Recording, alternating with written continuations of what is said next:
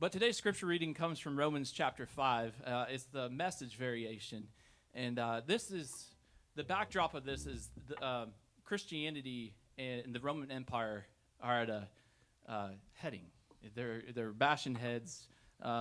So much of the empire is persecuting Christianity. And so the church is going through a hard time, and Paul is just trying to encourage them in light of everything going on in their lives.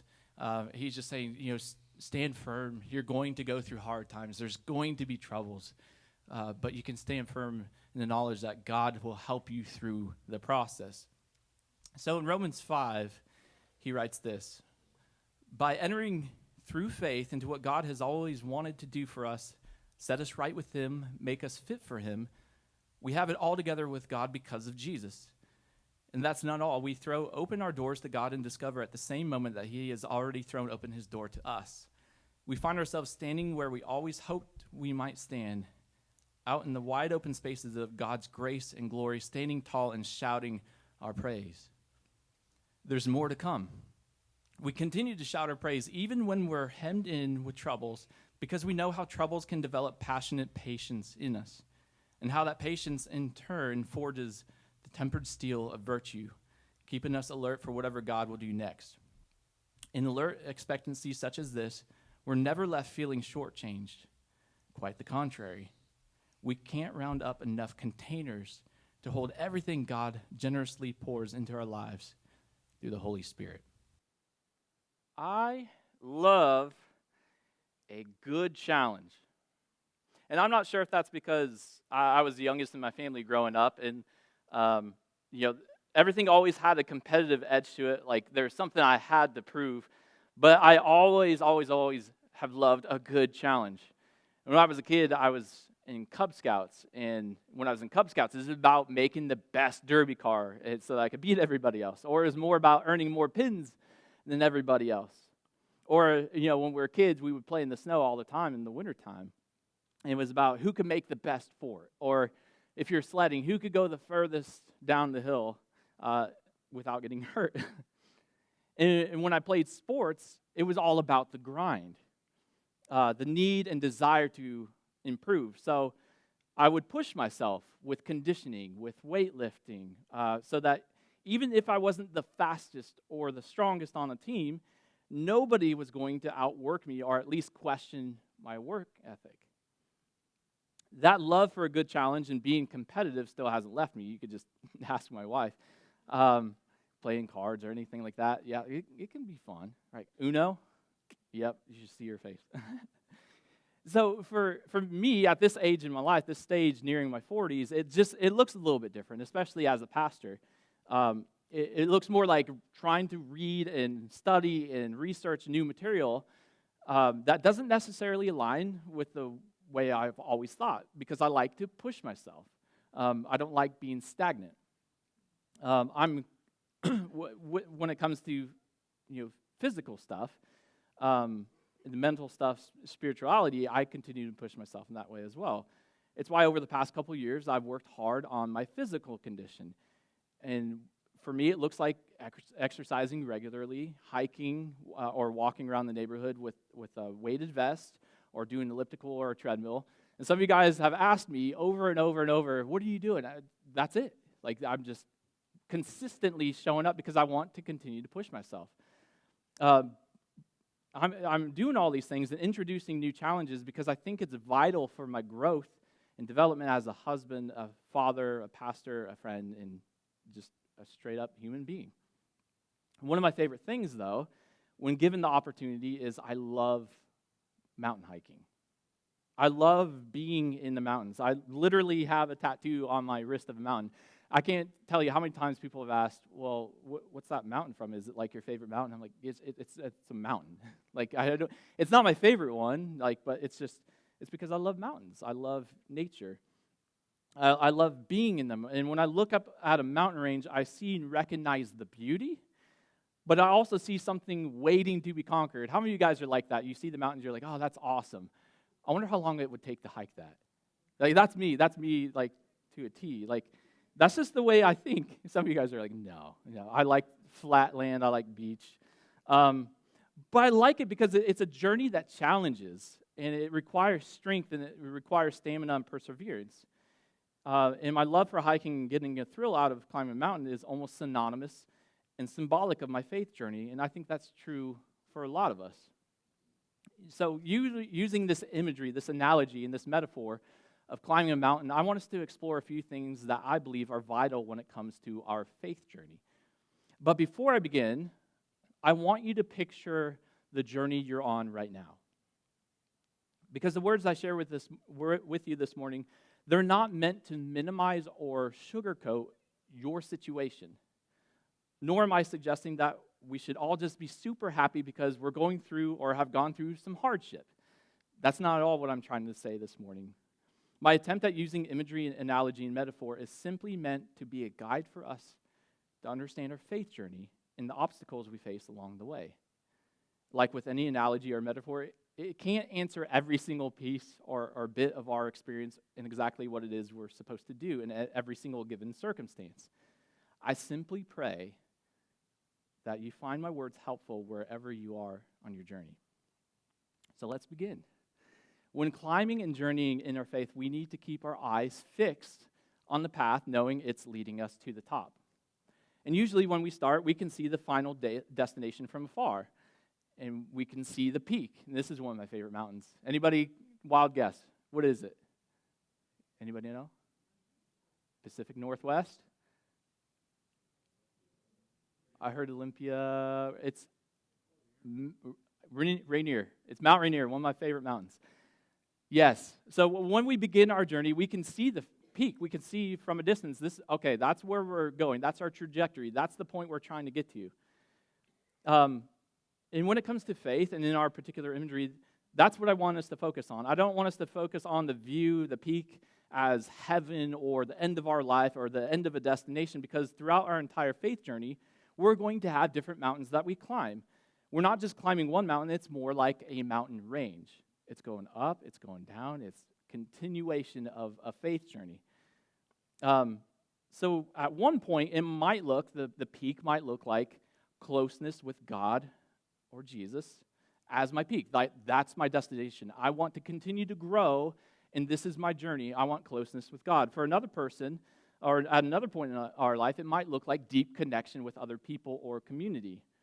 Or some other people, it might just be simply seeking answers in the midst of doubt. Each peak can be different for others because we're all on different journeys within the framework of following Jesus. So what one person is climbing is different from what another person is climbing. Nevertheless, the point remains the same. When fixing our eyes on the top, the peak, we have to trust that the path we're taking us is leading us to the top, because there are going to be moments along the way where you can't see the peak anymore. And you just have to trust the path. What that looks like for you might look different. Some people find strength, solace, and inspiration from going to the beach and taking in its beauty. For others, it's going out into the forest or going to the springs. Some love to hop out in a boat and fish. Others like to go out and golf as a way to be outside and enjoy nature. Some people love to begin their morning with prayer. Others enjoy doing it late in the evening. Some people would rather pray with their friends or in a group with their spouse or family. Some people simply enjoy meditation, reading, or studying. Others love to listen to music or to play it. The thing is, allow your passions and the things that move you along with the things that challenge you, to intertwine so that you're not being stagnant. Allow those things to move you, things to touch your heart, to encourage you to keep moving forward, because we don't want that stagnant life. Your passions and challenges should bring out the absolute best version of yourself. And that brings us to point number 2. The journey is not easy, right? Sometimes it starts as a smooth path, like this here in this picture, which can be deceiving because we get sucked into the notion that everything's going to be easy and simple. But remember, when you first set out and you had your eyes looking at the peak, you know that path is not going to be easy. You can see the summit. You know it's leading up. You know the climb's not going to be easy. Sometimes the path looks rough and dangerous and hard, like this. Man, how many of us have been through that lately? I'm talking metaphorically here. Maybe not like not here in Florida. You see, this is oftentimes when we lose a lot of our Christian brothers and sisters because they thought following Jesus meant safety, comfortability, stability. And while following Jesus and being part of the way offers that, it doesn't protect us from the human experience. Jesus literally says, in this world, you're going to have trouble, but take heart, I have overcome the world. That is not a promise of safety. That's a promise of things are going to happen, but trust the path. Sometimes that looks like you're taking a tumble and getting bruised, scraped, sprained, and broken, just like this guy in this picture. There he is. That's what we look like sometimes. That's like, I mean, look in the mirror sometimes. Like, that's how we are in our faith journey at times. A lot of times it means a moment or a season of rest to heal and catch your breath, because that's part of the journey too. You can't just race to the top and not feel like, exhausted. At least it's part of the way through. You've got to allow yourself time to rest, or you're going to burn out. And point 3, remember the summit. Remember the peak, because the payoff is worth it. We don't get there without the path, without the process. Along the way, we'll be able to experience the beauty before us. We'll be able to see and recognize the moments that were difficult, but we'll also be able to appreciate the journey that much more because of who we've become along the way. For me, one of my favorite things to do when hiking or going up a mountain is taking a moment to stop. A lot of times to catch my breath because I get winded, it happens. But to take a moment to catch my breath and to not just take in the beauty before me and beside me, but to actually look back to see how far I've come, to see how far I've made it. And when you get near the top, it becomes even more evident just how far you've made it. You can see all the moments, when you look back, all the moments that you've struggled, all the moments that you stumbled, all the moments that you had to take a stop for a little bit, and so on. And with faith, you can see the moments where God was working in you, through you, beside you, and in the people around you. And when you do that, it helps you, and it helps us appreciate all the journey had to offer. And, this actually, it reminds me of this story, The Footprints in the Sand. How many of you guys are familiar with Footprints in the Sand? Yeah. So it's an inspirational story, and the picture some of us might have hanging on a wall somewhere around the house. And the first time I came across this picture, believe it or not, was in my grandmother's bathroom, hanging right in front of the porcelain throne. So what you couldn't miss this thing, right? And what a gift, to be handling your business while while you're like taking in divine inspiration. And I'm not sure if there's a metaphor in that my grandma was trying to accomplish, but nevertheless, the story in an abbreviated version goes like this. A person is looking back over their life and they notice 2 sets of footprints in the sand, one belonging to them, the other belonging to God. During the hardest and most painful moments, however, there was only one set of footprints. The person asked God why he abandoned them during those times. And God replies, "My precious child, when you saw only one set of footprints, it was then I carried you." That's beautiful. But I think the real story is more like this. Footprints dragging in the sand. Because sometimes in our faith journey, it looks a little bit like walking beside God. Other times it looks like God dragging us along because we're so stubborn. Other times he's carrying us through hardship. The truth is, though, appreciating the journey is not always easy. It's difficult. It doesn't take away the moments that were hard, and still are. Because like any hard hike, any hard adventure we're on, man, sometimes it hurts. Sometimes we're cramping, sometimes we're tired. We have the bruises, the sprains, the broken bones, and they're not fully healed. A lot of us have that commonality, that shared experience of having endured. My prayer is that you're able to look up from that path when the moment comes and stand in awe of the beauty that still exists. And let me say this as someone who's gone through hardship. I know it's hard in the midst of something just absolutely difficult. But please know you are deeply and wonderfully loved by the people surrounding you and by God, who is always working to bring healing and hope and love forgiveness, grace, compassion, or whatever you need in that season of life you're in. Part of appreciating that payoff, being able to take in the beauty and getting to that peak, is the recognition of that process. You can't fast track it. There's no avoiding it. You have to trust the path and that it's leading to a place that makes it all worth it. Others can't do that for you, though. Last year, Caden Edwards and I, we hiked up Crow Patrick, which is one of the primary pilgrimage locations along the trip, along the journey. And let me tell you something, like, as a flatlander living in the flattest state, I knew the hike wasn't going to be easy. There's not a lot of things in this area that can prepare you for something vertical. You know what I'm saying? Like, it was hard.